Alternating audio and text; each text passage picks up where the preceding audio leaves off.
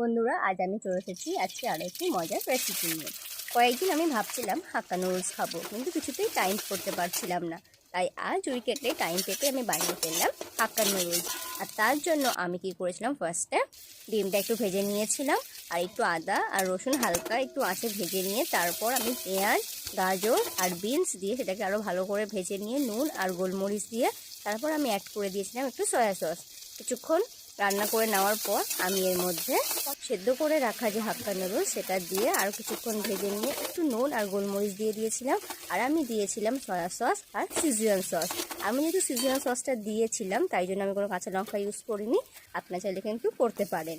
আর এটা খেতে কিন্তু খুব সুন্দর হয়েছিল, বাড়িতে সবাই বলেছে, রেস্টুরেন্ট থেকেও খুব দারুণ হয়েছে।